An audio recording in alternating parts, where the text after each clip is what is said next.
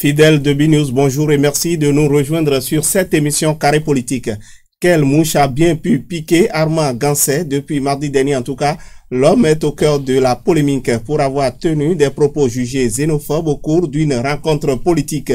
Ces propos contenus dans une vidéo amateur abondamment relayée sur les réseaux sociaux ont suscité une avalanche de réactions. Quelle lecture font les professionnels des médias de cette actualité en cette période de pré-campagne? C'est le premier sujet au menu de notre décryptage. Le Bénin a encore dégringolé dans le classement annuel de l'ONG International Reporters sans frontières. De la 96e place l'année dernière, le pays est projeté à la 113e position cette année, perdant du coup 17 places. Qu'est-ce qui pourrait expliquer ce déclassement drastique du pays en si peu de temps? Le Bénin serait-il devenu un mauvais élève en matière de liberté de presse? Voilà autant de questions que je ferai tout à l'heure même à mes invités médias déjà en plateau pour le décryptage. Alphonse Moïse Soudé, bonjour. Bonjour à vous, Gabin. Vous êtes journaliste, analyste politique. Merci de répondre à notre appel. C'est moi. Et face à vous pour le débat, Joss Perzo Anago, bonjour. Bonjour, chers confrères. Et merci pour la disponibilité. C'est un devoir. Alors, place à présent au débat, juste derrière le jingle que voici.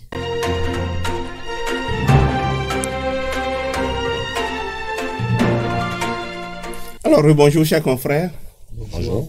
Vous êtes tous des habitués de cette émission. Vous connaissez bien entendu le principe de l'émission. Vous passerez et vos notes sur cette première actualité, le premier sujet de notre entretien, de ce débat, de notre débat de ce matin. Il s'agit bien entendu de ces propos tenus par le directeur général de la SOGEMA, candidat bien entendu sur la liste du bloc républicain dans la commune de Boycon dans le cadre des prochaines élections communales. Si vous deviez noter Armand Ganset par rapport aux propos tenus, lesquels sont taxés de propos régionalistes, quelle note allez-vous donner à Alphonse Moïse Soudé? Je lui attribue la note 2. 2 pour Alphonse Moïse Soudé. Et à vous, Joss Perzo Anago, quelle note donnez-vous à Armand Ganset? Chers confrères, je ferai de même. Je lui donnerai 2. Vous donnerez 2. Vous avez tous choisi délibérément de donner la même note. Une note pratiquement médiocre. Je vais commencer par vous, Alphonse Moïse Soudé. Qu'est-ce qui, selon vous, explique cette note-là? Pourquoi Armand Ganset s'est illustré dans ces genres de propos, selon vous? Vous savez, la dernière fois déjà à Parakou, Aboubakar Yaya avait tenu de pareils propos vis-à-vis du secrétaire général de la mairie. Tout à fait. Et il y avait eu un tollé général. Donc, on avait même fait le débat sur ce plateau. On a fait le débat, on a estimé que ça ne devrait pas venir parce que au Bénin, on promeut le vivre ensemble. Dans toutes les communes, vous allez voir plusieurs ethnies qui se côtoient pour participer au développement de la commune. Donc, le DG de la SOGEMA, Armand Ganset, ne devrait plus revenir à parler de cela. Parce que quand vous voulez convaincre des gens, ce n'est pas de tels propos. Il faut convaincre des gens à partir de vos idées, à partir des propositions que vous leur faites dans le cadre du développement de la commune de Boycon. Boycon, c'est une ville carrefour. Et quand vous allez à Boycon, il y a plusieurs ethnies qui se côtoient pour participer quand même aux activités commerciales. Dire cela, c'est parce que, bon, la dernière fois, on n'a pas tapé fort. Si on avait tapé fort dans le dossier de Aboubakar Yaya, je crois que Armand Ganset n'allait pas revenir pour dire la même chose. Et au-delà des propos, quand vous regardez bien la vidéo, les consignes données par le gouvernement central par rapport à la distanciation sociale, par rapport au port de masque, rien n'a été respecté. Donc voilà quelqu'un qui prétend diriger une commune, pas des moindres, qui se refuse à respecter les consignes données par un gouvernement. Moi, je crois que... Mais il a dit que les propos n'étaient pas tenus dans le contexte actuel. Il paraît que c'est une ancienne vidéo selon les explications qu'il a données. Écoutez. Aujourd'hui, avec les Android, faisons attention quand nous parlons. Qu'ils vous souviennent que récemment, je crois l'année dernière, candidat Zanaï avait tenu une réunion avec ses militants où quelqu'un a parti de son téléphone a enregistré les propos de Candide et qu'il a mis sur les réseaux sociaux. Donc, faisons attention quand nous sommes des hommes politiques, quand nous voulons prononcer une parole, nous devons mesurer les tenants et les aboutissants de ce que nous voulons dire. Parce que même là, ceux qui sont là, si l'intéressé n'était pas là, qui ne dit pas au DG qu'on pourrait rapporter à l'intéressé ce que le futur maire a dit de lui. Donc, je crois qu'il faut taper très fort. Il faut que le procureur de la République, il faut que la loi sur le code numérique soit appliquée pour que désormais les hommes politiques sachent que la loi, ce n'est pas pour les autres. Eux qui prétendent diriger ce pays, ils doivent toujours donner le bon exemple. Donner le bon exemple, c'est ce que nous souhaitons à tous ces politiciens, justement. Votre vis-à-vis le disait tout à l'heure, Jos Perzoanago. Il y a quelques jours, on a vu Aboubacar Yaya, ancien ministre de la fonction publique, s'illustrer dans des propos d'un régionaliste assez rare par rapport au secrétaire général de la mairie de Parakou. Ensemble, nous avions fait le débat sur cette émission. Nous avons tous décrié cela. Aujourd'hui, c'est Armand Gansé, dans la commune du Zou, à quelques encablés des prochaines élections communales, qui reprend des propos taxés de régionalistes également. Pourquoi celle-ci pourrait, selon vous, explique cette recrudescence de cette xénophobie, de ce régionalisme qu'affichent de plus en plus nos politiciens? Merci, cher confrère, mais avant, est-ce que vous me permettrez tout au moins de situer un contexte? Allez-y.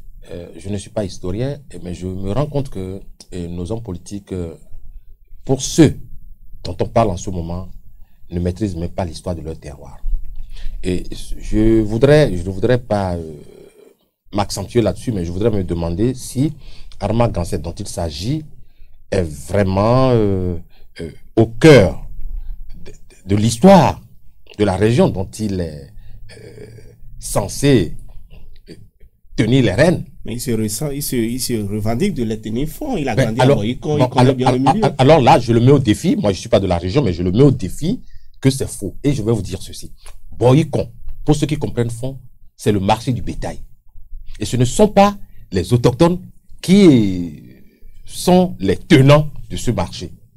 C'est précisément cette ethnie qu'il stigmatise dans sa vidéo, qui était, dont l'apanage était l'élevage, la vente du bétail. Ce sont ceux-là qui ont donné ce nom à Boycon. Boycon, le marché du bétail. Et donc je voudrais m'en arrêter là, je ne suis pas fond fil, mais je voudrais m'arrêter là pour dire, curieusement, celui qui est censé ou appelé à tenir les rênes d'une communauté n'en connaît même pas l'histoire. Et donc je voudrais lui en savoir gré pour dire que cela illustre bien, pour en venir à votre question, cela illustre bien la position ou l'attitude, ou même la posture de nos hommes politiques qui ne sont même pas au fait des réalités. Et c'est cela qui les amène donc à commettre ces impairs. Mon confrère disait tantôt qu'on va lui appliquer, on devrait lui appliquer le code numérique. Je voudrais faire plus simple pour dire même le code pénal l'a prévu. C'est prévu et puni avec les amendes et tout ce qui l'accompagne. Mieux. Mais avant d'en arriver, l'homme, vous n'êtes pas sans savoir qu'il a présenté ses excuses publiques et qu'il a présenté ses excuses à cette communauté, à la communauté Peul, auquel, disons, au peuple Peul, il s'est attaqué. C'est vrai que de faire son mea culpa, mais il y a des circonstances où le silence est encore plus payant. Lorsque l'on parcourt les excuses qui sont supposées être présentées par ce personnage, on se rend compte qu'il aurait mieux fait même de s'abstenir. De ne pas aller sur ce terrain-là. Vraiment. Dans tous les cas, je pense que Armand Gansé nous suit. Il a déjà évoqué ses remords. Vous l'avez vu comme sa formation politique, la formation politique dont il est censé défendre les couleurs lors des prochaines élections communales, a fustigé également ses propos. On a vu ce communiqué signé d'ailleurs du secrétaire exécutif national, Abdoulaye Bio-Tchané, qui dénonçait un peu les propos tenus par son poulain. Est-ce que là, quelque part, ça ne met pas Armand Gansé en difficulté? Non, moi d'abord, je salue la promptitude du secrétaire général du parti, le ministre Abdoulaye Bio-Tchané, parce que dans un parti, il y a plusieurs ethnies. Et quand ça se passe déjà, quand les membres d'un parti commencent par indexer d'autres ethnies, ça va créer la frustration au sein du parti. Et quand ça crée la frustration au sein du parti, il n'y a plus synergie d'action. Parce que c'est un parti national. C'est un peu des partis de région. C'est un parti national qui regroupe toutes les ethnies. Déjà, si le secrétaire général ne se démarquait pas des propos de Gansé, c'est comme s'il donnait sa caution morale. Et là, ce n'est pas bon. Ce n'est pas bon. Il faut que désormais qu'on enseigne aux hommes politiques qu'avec la réforme du système partisan, il n'y a plus des partis de village ni des partis de région. Ce sont des partis nationaux. Et quand vous avez un parti à envergure nationale, vous devez éviter de frustrer. Quelle que soit l'ethnie, qu'elle soit minoritaire, qu'elle soit majoritaire, cette ethnie-là participe à l'épanouissement du parti. Donc je crois que le parti a bien fait de se démarquer. On aurait même pu aller au-delà, c'est-à-dire lui demander de déposer sa démission, de se retirer de la compétition. Bon, retirer sa démission, c'est la proposition faite par le président de l'ONG Cré. C'est trop facile de dire de pareils propos et de venir présenter les excuses. Non, c'est trop facile. Il aurait pu réfléchir à ses propos. Il va vous dire que c'était peut-être dans un cadre strictement privé. Non, oui, même dans un cadre privé, il faut éviter ça. Nous sommes déjà en pré-campagne électorale. Et ce que vous dites, ce n'est pas évident même que ceux qui soient autour de la table avec lui aient été d'accord.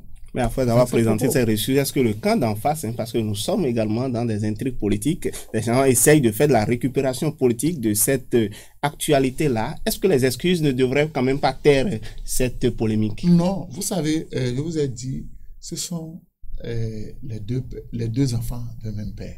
J'ai dit sur ce plateau qu'il y a aujourd'hui un problème de leadership entre ces deux partis-là. Et il faut éviter de dire certaines choses. Parce que quand vous fustigez le camp d'en face, nous sommes sur un terrain politique. On utilise tous les éléments capables de vous déstabiliser. Je crois que les propos de Armand Ganser auront des conséquences sur les élections à venir. Les propos auront des conséquences. Est-ce que vous avez le même avis? Quelque part, vous avez vu Armand Ganser qui affiche toujours ses ambitions pour la mairie de Boycon. Le fait que Luc Atropo, qui a souvent été maire là-bas, n'est plus aligné à Boycon, lui tressait presque le boulevard. Mais est-ce que là, il ne compromet pas ses chances? Je vous surprendrai peut-être pour dire que non. C'est le plus curieux que cela puisse paraître. Vous savez, la pratique de la politique au Bénin, sous les tropiques, n'est pas exactement la même chose ailleurs. On parlait tantôt des réseaux sociaux. C'est vrai, les réseaux sociaux ont inondé notre vécu, pratiquement dans tous les hameaux, on en rencontre, on en trouve. C'est vrai aussi. Est-ce que cela ne va pas nous contraindre à une certaine retenue dans nos propos? C'est une évidence. Mais l'impact, aviez-vous dit tantôt, c'est-à-dire, vous serez surpris, ou nous serons surpris au soir du 17 mai, s'il mettrait sa candidature, qu'il aurait fait un score honorable. Et bien sûr, dans cette même communauté, curieusement. Et donc, moi, je voudrais dire ceci. Observez un peu, il y a un certain déséquilibre au sein de notre société en termes d'information, en termes d'équilibre des données. Vous voyez, lorsque ailleurs, quelqu'un tiendrait ses propos, ça se paye cash. Mais lorsque nous irons en campagne, cet homme politique ira en campagne, vous voyez, il y a un certain nombre d'éléments qui concourent parfois à l'arracher, même des voix de la population. La population qui était censée punir par une rétention vis-à-vis de ce personnage pourrait même être cette population. On a vu dans le passé, je ne voudrais pas rappeler de sombres histoires, où dans certaines régions où un régime était accusé d'avoir assassiné un citoyen. L'histoire est restée aujourd'hui dans la pénombre. Curieusement, au cours des élections qui ont suivi, on a vu le score de ce personnage dans cette communauté. Et donc, moi, je ne serais pas surpris qu'au soir du 17 mai, si les élections ont lieu, que Armand Ganser encore un bon score. Fasse un bon score. Et on se demanderait, mais ça servait à quoi, finalement? Parce qu'il y a d'autres éléments qui concourent au succès ou à l'échec d'un homme politique sous les tropiques. Ok, je l'annonçais à l'entame de cette émission. Les propos tenus par Armand Ganser ont été désapprouvés par beaucoup de personnalités de l'échiquier politique. Et on a vu Armand Issa Salifou, l'honorable Issa Salifou, monter au créneau, qui a dit que sa maman est de Boycon. Il se revendique et quelque part de Boycon pour y avoir passé une bonne partie de sa vie à député Rachid Badamassi également. On a vu également la réaction de Martin Asogba qui trouve que le candidat Armand Gansé ne mériterait plus de porter et de défendre les couleurs du Bloc républicain, qui est un parti d'union nationale, vous l'avez dit. Dans la foulée, le procureur de la République s'est saisi du dossier, a demandé une enquête sur cette vidéo qui a circulé sur les réseaux sociaux, notamment sur Facebook. Est-ce que vous craignez que pour Armand Gansé... Mais oui, parce que là, il va se présenter devant le procureur, il va répondre à un certain nombre de questions. Moi, je dis, j'ai le regard tourné vers le procureur de la République pour qu'on nous dise ce qui vient de faire. Il faut que la loi soit appliquée. Parce que s'il y a une fois déjà, avec Aboubacar Yaya qui a présenté les excuses. Yaya, jusque-là, n'a pas été inquiété. On a accepté les excuses. Il y a un deuxième exemple. Armand Gansé, si on ne frappe pas, il y aura encore un troisième exemple. Parce que. Mais si on frappe cette fois-ci, est-ce qu'il n'y a pas une politique de 2 poids 2 mesures? Ça, bien, on a qu'à faire, oui. C'est pas politique de 2 poids 2 mesures. Mais il faut frapper pour que ça ne continue plus. Parce que bientôt, c'est l'ouverture des campagnes. Hein, et comme c'est une élection de proximité, les gens vont, peut-être beaucoup de personnes vont dire, écoutez, c'est notre village, c'est notre ville, il faut que ça soit un autochtone qui dirige. Ce n'est pas des propos qu'il faut encourager. Mais tant qu'on ne va pas sévir, tant qu'on ne va pas donner l'exemple, ça va continuer. Moi, je dis, hein, et je profite pour demander aux responsables de partis politiques. Parce que qu'est-ce que je constate? Quand je fais une lecture croisée de tout ce qui se passe, il faut que au niveau des partis, on crée des écoles. Si vous voulez devenir leader politique, il faut que vous receviez une formation en communication politique. Il faut que vous receviez une formation en marketing politique. Quand vous voulez faire carrière dans la politique, quand vous ne voulez pas vous improviser en politique, il faut qu'on forme désormais. Parce que depuis un certain temps, on constate qu'il y a de l'amateurisme dans la gestion de la chose politique. Et quand on a maintenant réformé le système partisan, il faut que cette réforme-là aussi, désormais, qu'il y ait des écoles. Ces candidats-là, ces différents candidats, on devrait quand même les rassembler quelque part, même si c'est pour une journée, pour leur dire ce qu'il faut faire, ce qu'il ne faut pas faire sur le terrain. C'est comme ça qu'un jour, nous allons arriver à avoir quand même des hommes politiques responsables, des hommes politiques soucieux du développement dans le pays, parce que, le doyen a bien dit, si vous connaissez l'histoire de Boycon, il y a des choses que vous ne direz pas. Vous ne pouvez pas dire, par exemple, à un Ivoirien de dire que le Béninois est mauvais pour l'Ivoirien. Vous ne pouvez pas dire à un Gabonais de dire que le Béninois est mauvais pour le Gabon. Parce que le Béninois a participé à la construction de la nation ivoirienne. Le Béninois participe toujours encore à la construction. Donc, il faut montrer aux Béninois que un homme de Porto-Novo peut venir construire Abomey. Un homme d'Abomey peut aller construire Porto-Novo. Étant donné que nous sommes tous les fils d'un même pays, on devait faciliter le vivre ensemble, on devait faciliter le brassage interculturel, interethnique. Alphonse Moïse Soudé, merci. Je reviens à vous, Jos Perzo-Anago. Est-ce que le fait de n'avoir pas puni ceux qui se sont illustrés dans des propos régionalistes dans tout le temps, parce que souvent, ça revient tel un serpent de mer, on entend les autorités politiques s'emporter de cette façon-là. Est-ce que quelque part, l'impunité n'a pas favorisé le phénomène? Je suis de votre avis pour répondre que oui. Au même moment, je voudrais nuancer pour dire que quand on observe un peu l'échiquier politique, l'échiquier national politique, on se rend compte qu'il y a des camps qui sont plus enclins à se méfier par rapport à leur dire ou à leur faire. Par contre, il y en a d'autres qui peuvent se permettre pratiquement tout. Je voudrais faire remarquer que Armand Gansé fait partie d'un bloc ou bien d'une formation politique, d'un bloc politique, oui, qui est proche du pouvoir. Il faut appeler les choses par leur nom. Et je voudrais ici dire qu'il n'aura rien à craindre parce que le bloc dont il fait partie est un puissant bloc présidentiel où il sera couvert. Je voudrais aussi dire, lorsqu'on remarque, on fait un saut en arrière pour voir un certain Aboubacar Yaya, les 5 premiers jours qui ont suivi ces propos, je crois même avant les 5 premiers jours, déjà il y a eu des recours à la Cour constitutionnelle. Et je disais ici sur ce plateau que c'est de la récupération politique. Mais c'est de bonne guerre là. Tout à fait. Tout comme le cas auquel on est en tout à fait.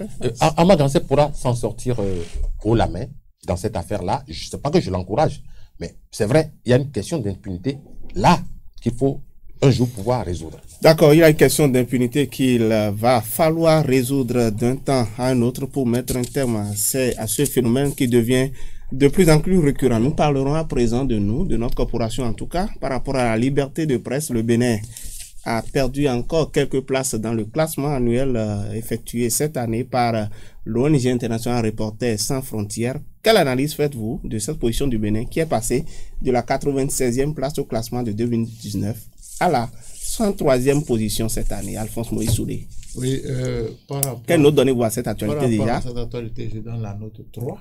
Merci Alphonse Moïse Soudé. Jasper Zouanago. Je donne la note 1. Comment appréciez-vous quand même ce classement-là? C'est une descente aux enfers pour le Bénin parce que la note 1 que j'ai donnée coïncide, comme si on allait l'oublier, à notre position en 2005. On était pratiquement premier en Afrique et 8e au plan mondial, devant la France.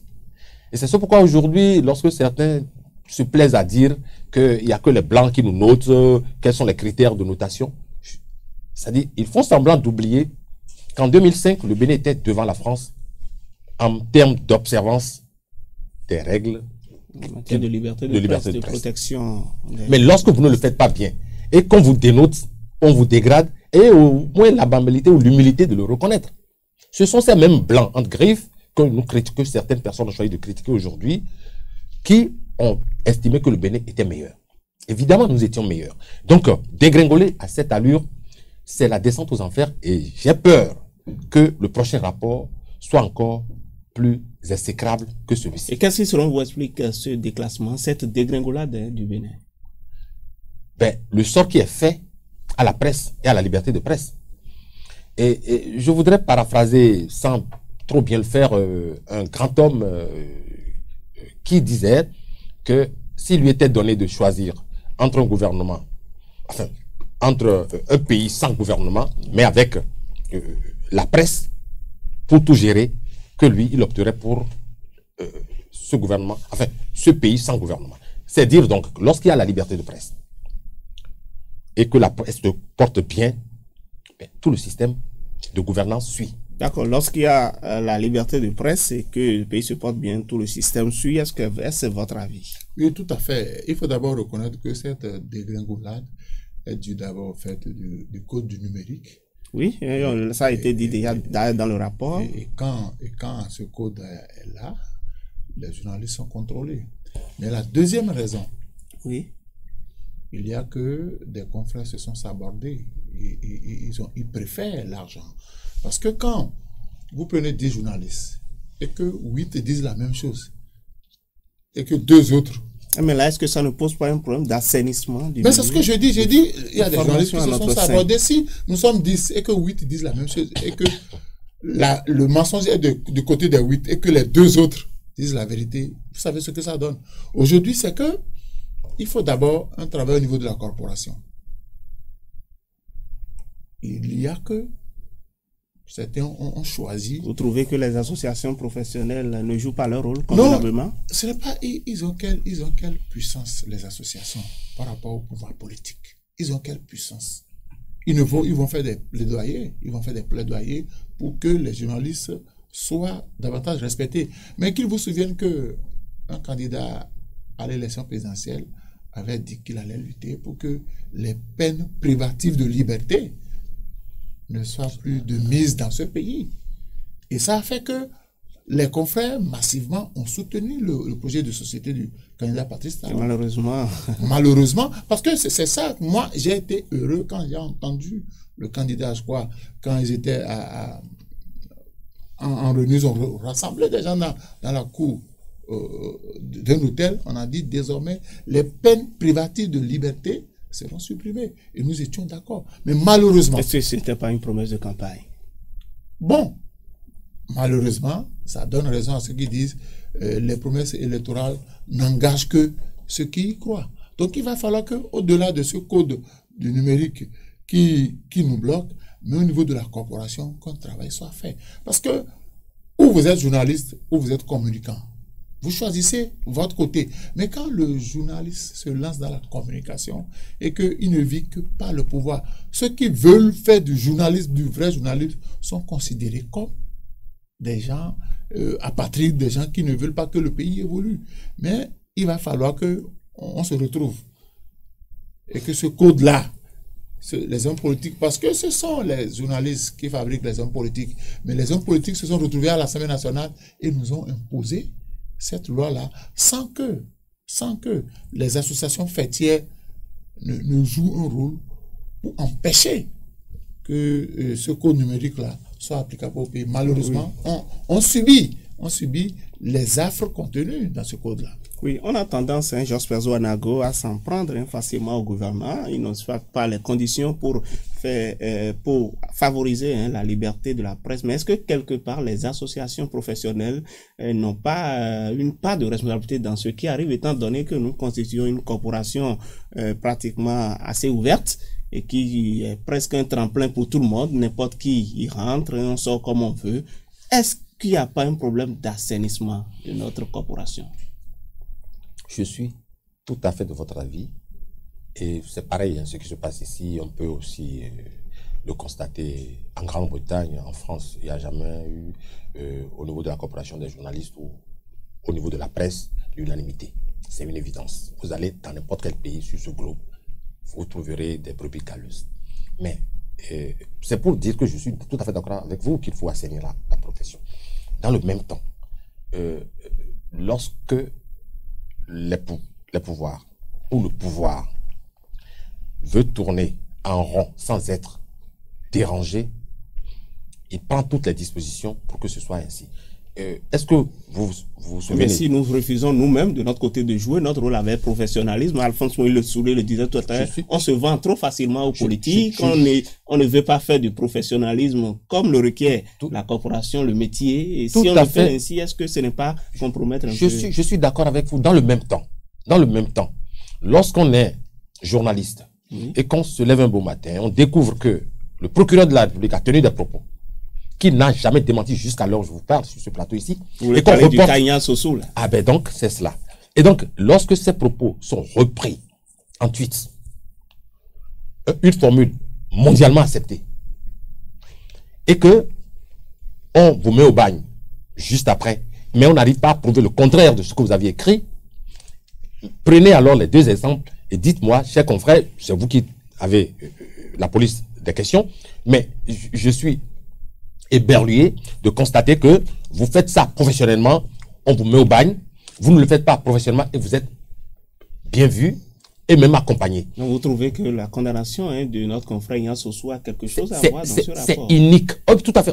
Le rapport l'a signé, l'a d'ailleurs signalé.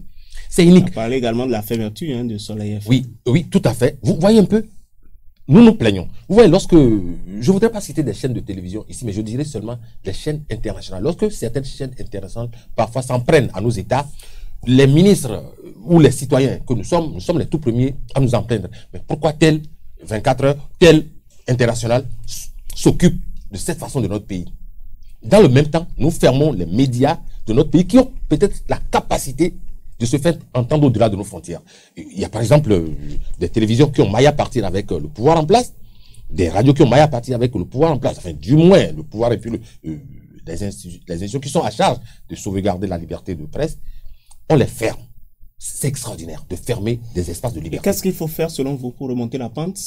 Pour remonter la pente, les professionnels de leur côté doivent se revoir, se regarder dans un miroir pour corriger ce qui doit se corriger à leur niveau, revoir les lois liberticides des drones qui aujourd'hui plombent la presse, mais pour que ce soit fait sans une volonté réelle des gouvernants, rien ne peut se faire. Parce qu'en fait, lorsque des cadrages partent du gouvernement pour aller vers des rédactions qu'on a asséchées, parce qu'il y a par exemple des harcèlements fiscaux qui surchargent et fatigue les journaux. Mais lorsque vous ouvrez carrément là une autre brèche. Évidemment, lorsque vous tend quelques prébendes, on aura le temps de faire le débat. C'est cela. Cette émission est en train de courir vers sa fin. Je vais vous demander, Alphonse Moïse Soulé, qu'est-ce que vous préconisez pour que lors des prochains classements, le Bénin quand même puisse remonter son niveau? Vous savez, le rapport existe et les griefs qu'on a vis-à-vis du Bénin sont dedans. il faudrait que le gouvernement prenne ces griefs-là et voit quelle doit être leur part de responsabilité. Une radio fermée, qu'est-ce qu'on reproche à cette radio-là? Qu'est-ce qu'il faut faire pour permettre à cette radio-là de revenir sur la place? Le confrère en prison, qu'est-ce qu'on peut faire? Parce que, au-delà le gouvernement vous dira, la loi a été votée par l'Assemblée nationale. Qui ont introduit la loi. Et il faut que, au niveau de l'Assemblée nationale, on a eu à corriger quand même le code électoral dans ce pays. On l'a corrigé récemment. Pourquoi ne pas corriger ces différentes lois aujourd'hui qui nous posent problème? Il faut c'est un problème de test. Oui, un problème de test et l'autre côté aussi, un problème de formation. Parce que c'est n'importe qui a fait l'université, il a fait lettres modernes, il a la plume facile, il se lance dans le journalisme.